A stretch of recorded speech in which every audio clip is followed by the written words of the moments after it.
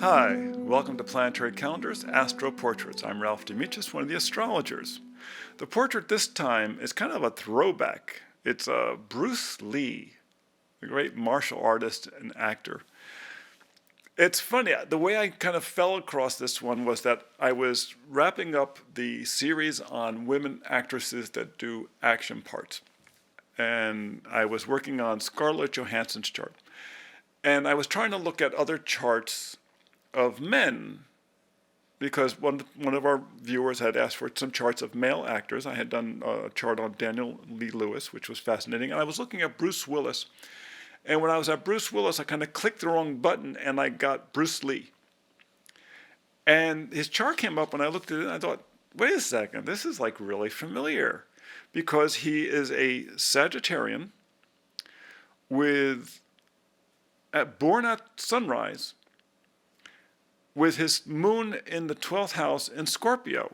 And I had just been looking at the chart of Scarlett Johansson, who was a Sagittarian born at sunrise with the moon in the 12th house in Scorpio. And in both cases, their 12th house was filled up with stuff. A lot of planets in both cases, and we oftentimes see that among actors and directors, the 12th house is very, very active.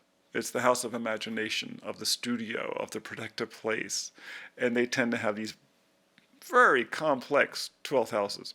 A number of well-known directors, Ron Howard, for instance, is a 12th house native. His 12th house is filled with stuff.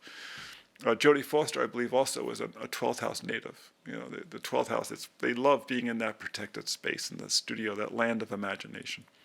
So looking at Bruce Lee, he is born on November 27th, 1940, at 7:12 a.m., it's a Wednesday, by the way, in San Francisco. He's oftentimes thought of as an Asian artist because he obviously, his family was Chinese. But of course, he was a native-born American. But he grew up in San Francisco, which is America's most Chinese city. So he had that very distinctive speech pattern that came from growing up in that community. As I said, he's a Sagittarian born right at sunrise, 7:12 a.m. So with that time, you can figure it's very accurate. But the sun was the only thing he had in Sagittarius. In the 12th house, he had Venus, Mars, Pallas Athena, the moon, Mercury, Ceres, and the part of fortune, all in Scorpio. Now, even more importantly, Venus and Mars and Pallas Athena has a tremendous amount to do with skill sets. Pallas Athena was the warrior goddess. Were very closely conjunct at 1 degree, 4 degrees, and 5 degrees. The moon is at 11 degrees. So those four are really wrapped up together. Then Mercury is at 15 degrees. So from Venus to Mercury is only 15 degrees. And then Ceres at 22 degrees, the shepherd.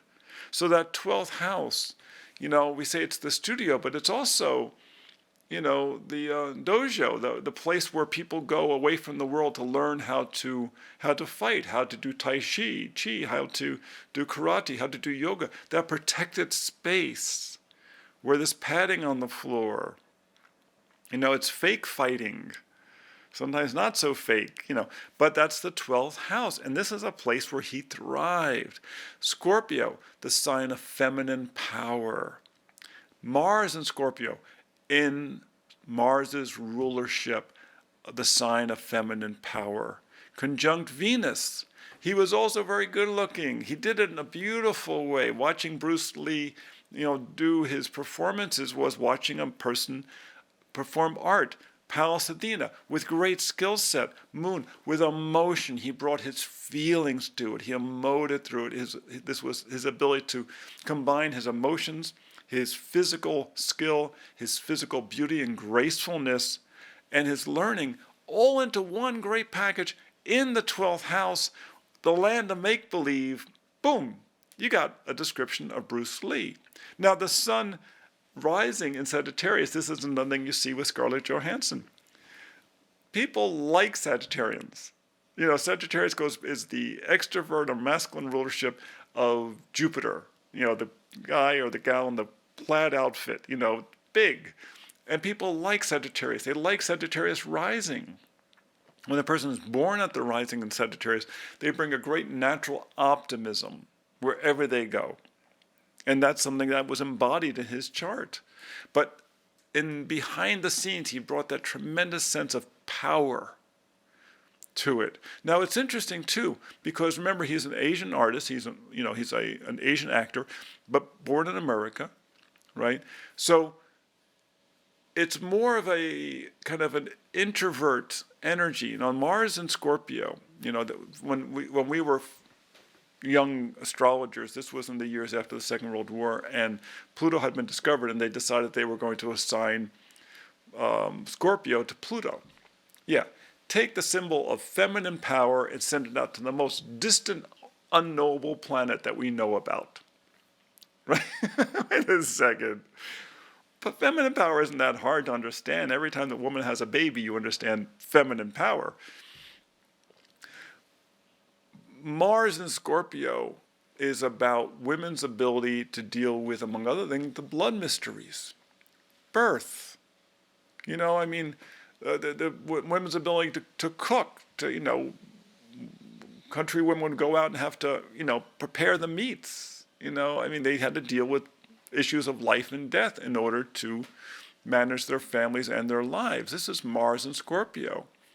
So much of what they did was done in secret or behind closed doors. This is why Mars and Scorpio is seen as a secretive sign. But so much of what they did, Mars and Scorpio, is about planning for the future. It's about the next generation. It's strategic. Mars in Aries is the masculine side. It's aggressive. It's out there. It's instinctive. It reacts now. Mars in Scorpio acts strategically for now and for the future. Remember, Aries at the beginning of the zodiac. Scorpio's a ways on. It's a ways on. It's dealing more strategically. It's more considered. He has Mars in Scorpio, and it's about that idea that so much of, for instance, yoga, not yoga. I'm sorry, of judo, was all about reacting to other people's energies, using their energies, taking their force, their martial energy, their Aries energy, and changing it and using it to throw them. That's really Mars and Scorpio. That's very much Mars and Scorpio. And that's something he really embodied and he made tremendously popular. Now, what else is going on in his chart? Over in the 6th house, he has Jupiter and Saturn very closely conjunct, 7 and 9 degrees in Taurus, right? With the planet Uranus, but up at 23 degrees. The 6th house has to do with our basic skill set. Okay? What are we good at? It's interesting. Taurus is the sign of the artist. Jupiter's the sign of the athlete. Saturn's the sign of the disciplined person. Uranus is about, giving it sizzle, you might say, electrifying it. And one of the things that's interesting here is the 6th house has to do with teaching basic skills. And remember, one of the ways he got started was by starting a school and teaching other people how to do this. His books on this, his writings on this, his creating those basic tool sets, then the foundational work of Jupiter, athleticism, Saturn, discipline, revering the ancestors. And Taurus is one of the ways in which he made money. As part of his success came through that. But it's also about artistry. Remember, it was very much about being grounded. The thing that's interesting with the martial arts is that when you learn the Asian martial arts, you do it barefoot. What Western martial system do you do barefoot? When you go off to, basic training in the military, you're wearing boots the whole time. Yet the Asian martial arts are done barefoot in contact with what? Taurus, the earth. Interesting, isn't it? Interesting. And the chart is very concentrated. You got so much concentrated over there at the rising. When you look at the visible planets, you're looking at the Sun, Moon, Mercury, Venus, Mars, Jupiter, and Saturn. Well, Venus, Mars, the Moon, and the Sun, and Mercury are all over there in the East in the 12th and 1st houses. And Jupiter and Saturn are over there in the West in the 6th house. Right? So there's a big concentration between the 6th house and the 12th house with the Sun at the rising. This is really about kind of, willingness to kind of serve other people's needs and believe in what you're doing. And what's interesting is that, the Jupiter in Taurus and Saturn in Taurus, conjunct with that Uranus, one of the ways he first became well known, Uranus TV, was as Keto, as playing the role of a chauffeur in a martial arts, in a Western TV show where he was the Asian chauffeur who had these incredible martial arts skills. And what's really funny is that he became such a hit in this that it then led on to other roles. But what's really interesting was that in Asia, even when it went off the air in the West and in the United States, it kept playing in Asia, and it was known, they called it the Kato Show, because he was considered the star of the show. And it led to him being able to do multiple movies and projects in Asia with the growing film community there. And it started off with him playing a chauffeur. Jupiter, Saturn, Uranus in the 6th house, Taurus. Interesting, right? Now he has some other things as well. He has Pluto and Chiron up in the 9th house. He did study. He has, this is really kind of the key to the whole thing in some ways. At the midheaven is Virgo, right? Virgo, the servant, the chauffeur, right?